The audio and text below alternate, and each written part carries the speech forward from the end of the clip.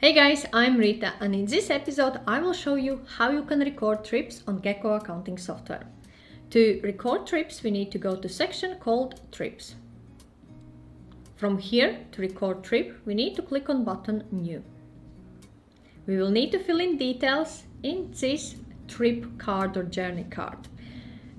Let's start from the top. Select the date, select the time. Either you can type manually information, or if you click on drop down list, you can actually select hour and minutes. Number is automatically generated by system. Type, we need to select if it's business, private or commute. In my case, it's business related trip. I need to select road, so from to, so in my case, it's from London to Luton. If you will be on premium package, system will calculate route for you automatically. Otherwise, we need to fill in details manually. Select transport type. There is more than just a car. You can select also public transport and bike. If you have multiple cars, what you use in your business, you will be able to select car by clicking on drop down list and selecting your car, what you use for this trip or journey. Add a total distance. In my case, it was 65 kilometers.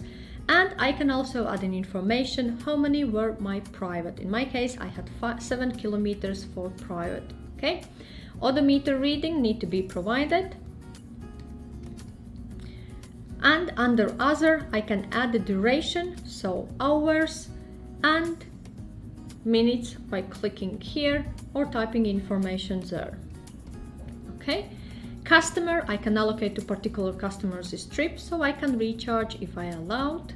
I will select active limited, and if you will have projects, you will be able to allocate to particular project, plus you can add more details in description section. And once you have filled in details above, you can save trip. This trip have been recorded here now. To edit, click on this trip line and you will be able to amend details if required.